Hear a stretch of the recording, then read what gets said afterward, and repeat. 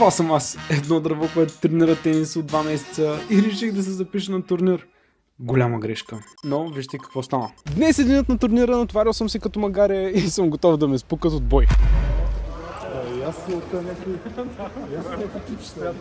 И тук ме познаха едни пичове от видеята, които правят социалните мрежи.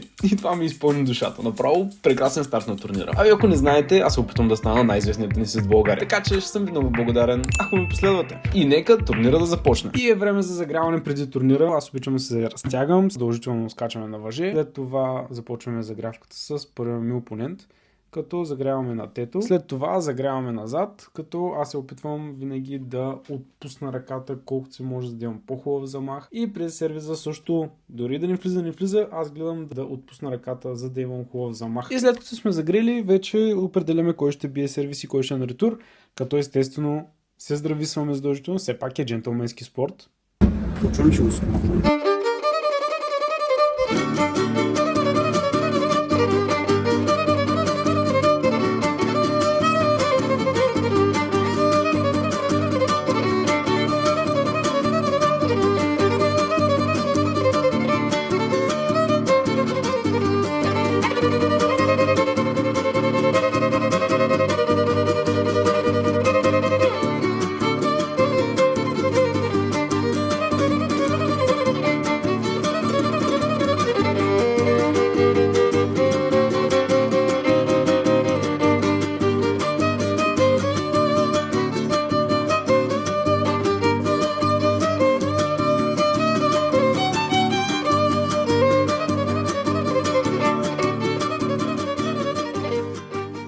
Първия гейм е много добре, усещах много добре сервиза, но нещо при ударите въобще не можех да се наглася или не бях стабилен.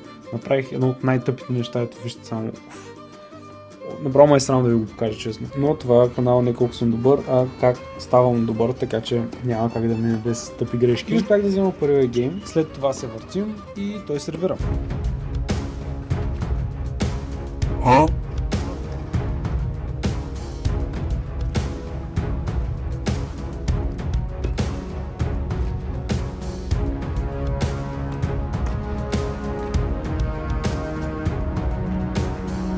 Тук ми стана малко тъпо, защото ме върнах много мръсна топка и успях да взема гейма, така че продължаваме и сега аз съм на сервис.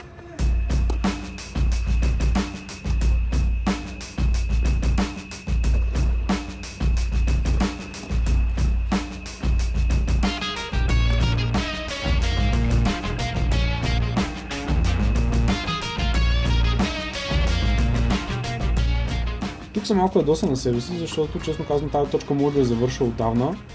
Не, аз съм лекичко ще ударя, лекичко ще ударя. Пак направо, че накрая успях по някакъв начин да взема точката, иначе шагата си умра от яд.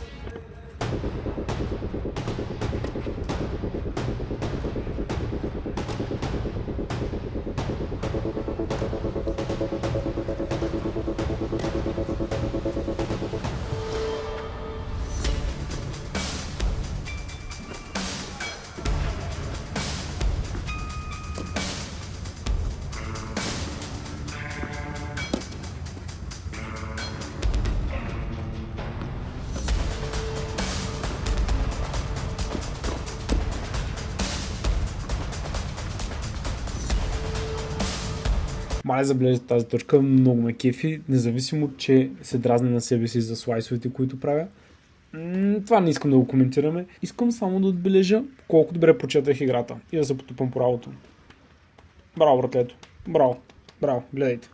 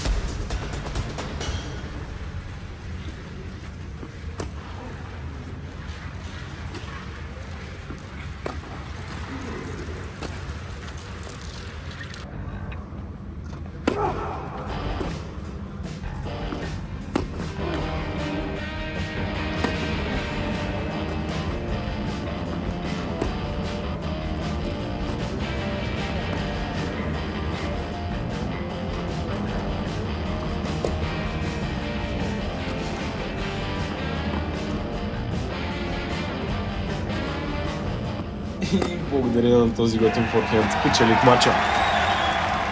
Да, говоря с Ивайло, според вас как играхте днес на матча? Ами, в началото малко се притеснявах. После разбрах, че съм много добър. И затова после започнах да губя, защото се повярвах.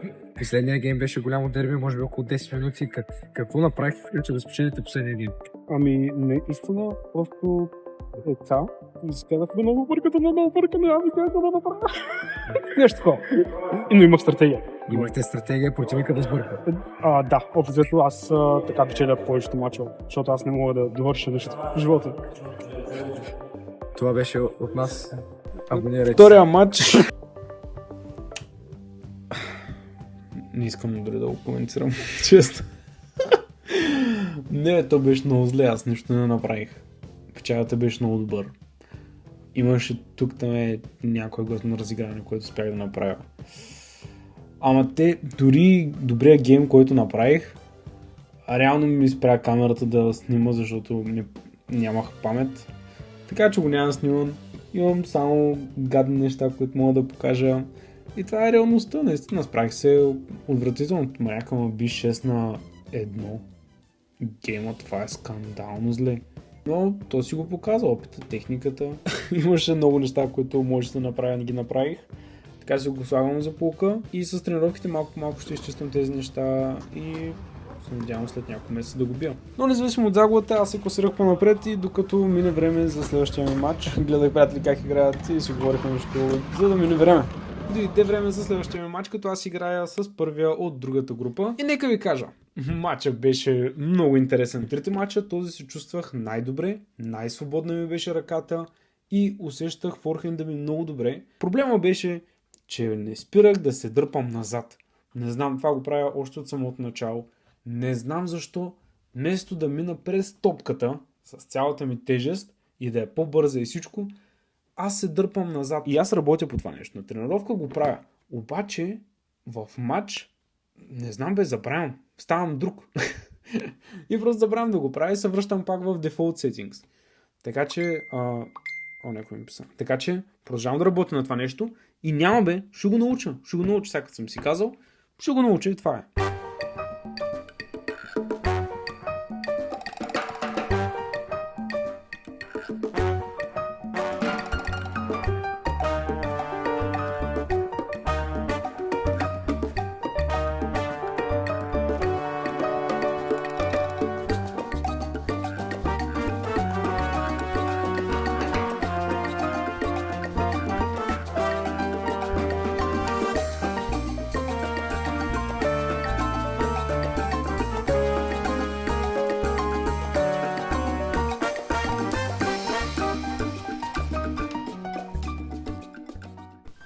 Ето, вижте тук. Добър сервис, бих казал и добър форхенд и прави някаква глупост. Не то през цялото време беше това. Някакви такива тъпоти изкарвам от никъде и те като са натрупате и такива глупости да правиш, съжалявам, то няма как да не паднеш. То грешка след грешка, точка след точка, то нормално е да паднеш. Ама този форхенд беше добре.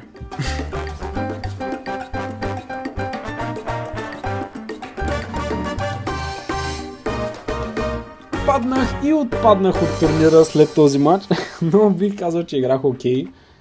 Бих се дал едно 5 от 10, поне за този матч. Може да се представя по-добре, мисля, че може и да го натисна. И дори да го бия, защото бяхме по едно време доста равни, но не знам какво стана. Изморих ли се, може и това да е, не знам. Но си изкарах хубаво, научих много за себе си и се надявам на вас да ви било интересно. Така че последете и ще се видим следващия път.